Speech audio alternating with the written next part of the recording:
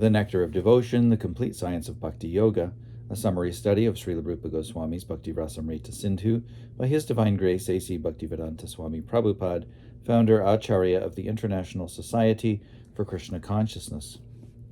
Chapter 46, Astonishment and Chivalry. And this chapter comprises two waves of the northern side, the second wave and the third wave. The second wave is called Adbhuta Bhakti Ras, Astonishment. And the third wave is called Vira Bhakti Ras, Chivalry.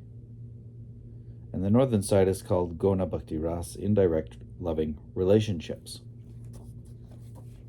Astonishment. The ecstasy of astonishment in devotional service is perceived in two ways, directly by the experience of one's own eyes, and indirectly by hearing from others. When Narada came to see the activities of the Lord at Dwaraka, and he saw that Krishna was present within every palace in the same body and was engaged in different activities, he was struck with wonder. This is one of the examples of astonishment in devotional service by direct perception. One of the friends of Mother Yashoda said, quote, "Yashoda, just see the fun. On the one hand, there is your child who is always captivated by sucking the milk from your breast, and on the other hand, there is the great Govardhan Hill, which can obstruct the passing of the clouds. But still, just see how wonderful it is that this great Govardhan Hill is resting on the finger of your child's left hand, just as though it were a toy. Is this not very mysterious?" Unquote. This statement is another example of astonishment in devotional service by direct perception. An instance of astonishment in devotional service by indirect perception occurred when Maharaj Parikshit heard from Shukadeva Goswami about Krishna's killing Narakasur, who had been fighting Krishna with 11 Akshohini divisions of soldiers. Each division of Akshohini soldiers contained several thousand elephants, several thousand horses and chariots, and several hundreds of thousands of infantry soldiers. Narakasur possessed 11 such divisions, and all of them were throwing arrows toward Krishna. But Krishna killed them all simply by throwing 3 arrows from his side. When Maharaj Parikshit heard of this wonderful victory, he immediately rubbed the tears from his eyes and became overwhelmed with joy. This instance is an example of astonishment in devotional service by indirect perception through oral reception. Indirect perception through oral reception. There is another example of indirect astonishment. Trying to test Krishna to see if he were truly the Supreme Personality of Godhead, Lord Brahma stole all the cowherd boys and cows from him. But after a few seconds, he saw that Krishna was still present with all the cows, calves, and cowherd boys, exactly in the same way as before. When Lord Brahma described this incident to his associates on the Satyaloka planet, they all became astonished. Brahma told them that after taking away all the boys, he saw Krishna again playing with the same boys in the same fashion. Their bodily complexion was blackish, almost like Krishna's, and they all had 4 arms. The same calves and cows were still present there in the same original fashion. Even while describing this incident, Brahma became almost overwhelmed. Quote, "And the most astonishing thing," he added, "was that many other Brahmas from many different universes had also come there to worship Krishna and his associates." Unquote. Similarly, when there was a forest fire in the Bandiravana, Krishna instructed his friends to close their eyes tightly, and they all did this. Then, when Krishna had extinguished the fire, the cowherd boys opened their eyes and saw that they had been relieved from the danger and that their cows and calves were all safe. They began to perceive the wonder of the situation simply by guessing how Krishna had saved them. This is another instance of indirect perception causing astonishment in devotional service. the activities of a person, even if they are not very extraordinary, create an impression of wonder in the heart and mind of the person's friends. But even very wonderful activities, performed by a person who is not one's friend, will not create any impression. It is because of love that one's wonderful activities create an impression in the mind. Chivalry. When on account of love and devotional service for the Lord, there is special valorous enthusiasm, the resultant activities are called chivalrous. These chivalrous activities can be manifested in the acts of mock fighting, giving charity, showing mercy, and executing religious principles. By performing chivalrous activities in fighting, one is called Yudha Vira. By charitable activities, one is called Dana Vira. By showing extraordinary mercy, one is called Daya Vira. And when one is munificent in executing religious rites, he is called Dharma Vira. In all such different chivalrous activities, Krishna is the object. When a friend wants to satisfy Krishna by performing some chivalrous activities, the friend becomes the challenger and Krishna himself becomes the opponent. Or else, Krishna may give audience to the fighting, and by his desire another friend becomes the opponent. A friend once challenged Krishna thus, quote, "My dear Madhava, you are very restless, because you think that no one can defeat you. But if you do not flee from here, then I shall show you how I can defeat you, and my friends will be very satisfied to see this." Unquote. Krishna and Sri Dama were very intimate friends, yet Sri Dama, out of anger with Krishna, challenged him. When both of them began to fight, all the friends on the bank of the Jamuna enjoyed the wonderful fighting of the two friends. They prepared some arrows for mock fighting, and Krishna began to throw his arrows at Sri Dama. Sri Dama began to block these arrows by whirling his pole, and by Sri Dama's chivalrous activities, Krishna became very satisfied. Such mock fighting generally takes place among chivalrous persons and creates wonderful excitement for all viewers. There is a statement in the Harivangsha that sometimes Arjuna and Krishna fought in the presence of Kunti, and Arjuna would be defeated by Krishna. In such chivalrous fighting between friends, there is sometimes bragging, complacence, pride, power, taking two weapons, challenging, and standing as an opponent. All of these symptoms become impetuses to chivalrous devotional service. One friend challenged Krishna thus, quote, "My dear friend Damodar, you are an expert only in eating. You have defeated Subala only because he is weak, and you adopted cheating means. Don't advertise yourself to be a great fighter by such action. You have advertised yourself as a serpent, and I am the peacock who will now defeat you." Unquote. The peacock is the ablest enemy of the serpent. In such fighting between friends, when the self-advertisement becomes personal, learned scholars say that it is sub-ecstasy. When there is a roaring challenge, certain kinds of movement for fighting, enthusiasm, no weapons, and assurance given to frightened witnesses, all these chivalrous activities are called sub-ecstasy. One friend addressed Krishna in this manner, quote, "My dear Madhusudana, you know my strength, yet you are encouraging Bhadrasena and not me to challenge mighty Baladev. By this action you are simply insulting me, because my arms are as strong as the bolts of the gate." Unquote. A devotee once said, quote, "My dear Lord Krishna, may your challenger Sudama become glorious for his chivalrous activities, such as vibrating like a thundercloud and roaring like a lion. May all glories go to Sudama's chivalrous activities." Unquote. Chivalrous activities in the matter of fighting charity, mercy, and execution of religious rituals are called constitutional, whereas expressions of pride, emotion, endurance, kindness, determination, jubilation, enthusiasm, jealousy, and remembrance are called unconstitutional. When Stoka Krishna, one of the many friends of Krishna, was fighting with him, his father chastised him for fighting with Krishna, who was the life and soul of all residents of Vrindavan. Upon hearing these chastisements, Stoka Krishna stopped his fighting, but Krishna continued to challenge him, and thus, in order to meet the challenge, Stoka Krishna took his pole and began to display his dexterity by whirling it.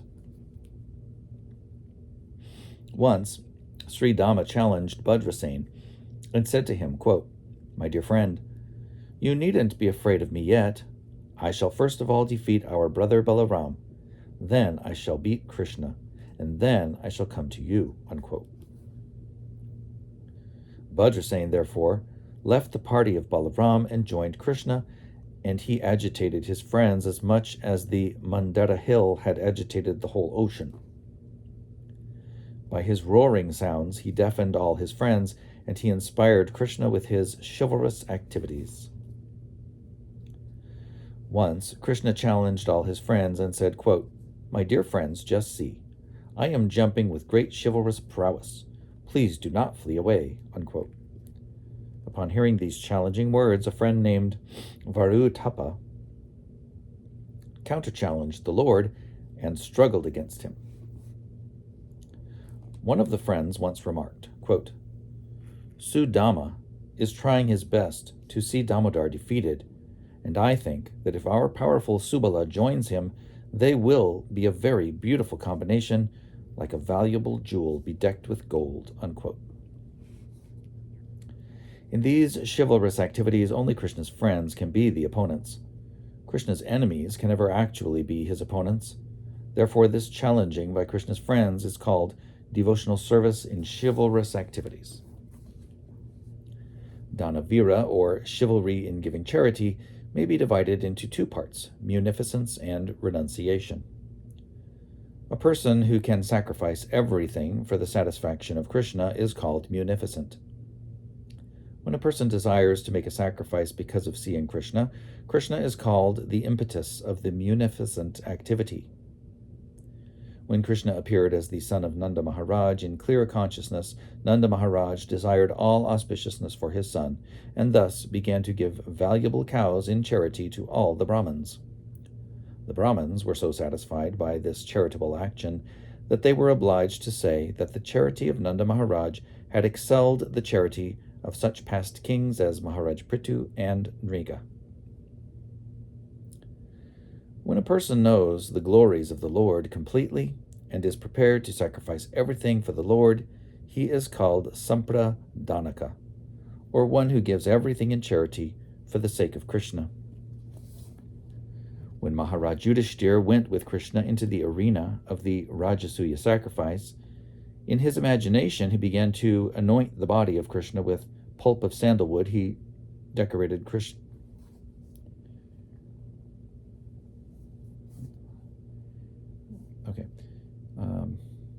I'm going to start that paragraph over. When Maharaj Yudhishthira went with Krishna into the arena of the Rajasuya sacrifice, in his imagination, he began to anoint the body of Krishna with pulp of sandalwood. He decorated Krishna with a garland hanging down to his knees. He gave Krishna garments all embroidered with gold. He gave Krishna ornaments all bedecked with valuable jewels. And he gave Krishna many fully decorated elephants, chariots, and horses. He further wished to give Krishna in charity his kingdom, his family, and his personal self also. After so desiring, when there was nothing actually to give in charity, Maharaj Yudhishthira became very perturbed and anxious. Similarly, Maharaj Bali once told his priest Shukacharya, quote, "My dear sage, you are fully expert in knowledge of the Vedas, and as such, you worship the Supreme Personality of Godhead Vishnu by Vedic rituals.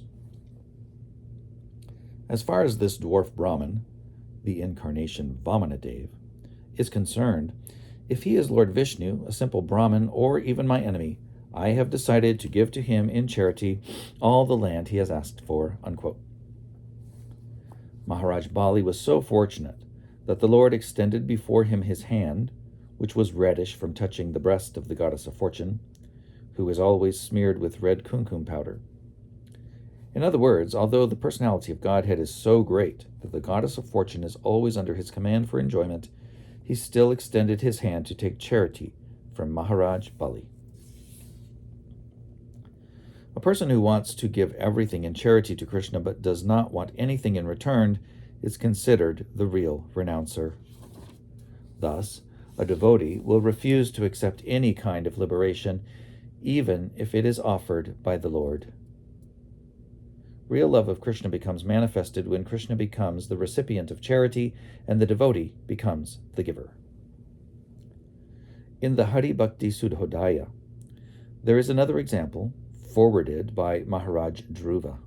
He says there, quote, "My dear Lord, I have practiced austerities and penances because I was desiring to receive something from you, but in exchange you have allowed me to see you, who are never visible even to the great sages and saintly persons. I had been searching out some pieces of broken glass, but instead I have found the most valuable jewel. I am therefore fully satisfied, my Lord. I do not wish to ask anything more from your lordship," unquote. A similar statement is to be found in the third canto of Srimad Bhagavatam, 15th chapter, verse 48. The four sages, headed by Sanaka Muni, addressed the Lord as follows, quote, "Dear Supreme Personality of Godhead, your reputation is very attractive and free from all material contamination. Therefore, you are worthy of being glorified and are actually the reservoir of all places of pilgrimage. Auspicious persons who are fortunate enough to be engaged in glorifying your attributes and who actually know what your transcendental position is, do not even care to accept liberation offered by you. Because they are so transcendentally enriched, they do not care to accept even the post of Indra, the heavenly king. They know that the post of the king of heaven is also fearful, whereas, for those who are engaged in glorifying your transcendental qualities, there is only joyfulness and freedom from all danger. As such, why should persons with this knowledge be attracted by a post in the heavenly kingdom?" Unquote. One devotee has described his feelings about the charity exhibited by King Mayura Dhwaja. Quote, "I am faltering even to speak about the activities of Maharaj Mayur Adwaja, to whom I offer my respectful obeisances." Unquote. Mayur Adwaja was very intelligent, and he could understand why Krishna came to him once in the garb of a Brahmin. Krishna demanded from him half of his body to be sawed off by his wife and son, and King Mayur Adwaja agreed to this proposal. On account of his intense feeling of devotional service, King Mayura Dhwaja was always thinking of Krishna, and when he understood that Krishna had come in the garb of a Brahmin, he did not hesitate to part with half of his body. This sacrifice of Maharaj Mayura Dhwaja for Krishna's sake is unique in the world, and we should offer all respectful obeisances to him. He had full knowledge of the Supreme Personality of Godhead in the garb of a Brahmin, and he is known as the perfect Dhanavira, or renouncer. Any person who is always ready to satisfy Krishna, and who is always dexterous in executing devotional service, is called Dharmavira, or chivalrous in executing religious rituals. Only advanced devotees performing religious ritualistic performances can come to this stage of Dharmavira. Dharmaviras are produced after going through the authoritative scriptures, following moral principles, being faithful and tolerant, and controlling the senses. Persons who execute religious rituals for the satisfaction of Krishna are steady in devotional service, whereas persons who execute religious rituals without intending to please Krishna are only called pious. The best example of a Dharmavira is Maharaj Yudhishthir. A devotee once told Krishna, quote, "My dear Krishna, O killer of all demons, Maharaj Yudhishthir, the eldest son of Maharaj Pandu, has performed all kinds of sacrifices just to please you. He has always invited the heavenly King Indra to take part in the yagyas, sacrifices. Because King Indra was thus absent so often from Shachi Devi, she had to pass much of her time pining over Indra's absence, with her cheeks upon her hands." Unquote. The performance of different yagyas for the demigods is considered to be worship of the limbs of the Supreme Lord. The demigods are considered to be different parts of the universal body of the Lord, and therefore the ultimate purpose in worshipping them is to please the Lord, by partially worshipping his different limbs. Maharaj Yudhishthir had no such material desire. He executed all sacrifices under the direction of Krishna, and not to take any personal advantage from them. He desired only to please Krishna, and was therefore called the best of the devotees. He was always merged in the ocean of loving service.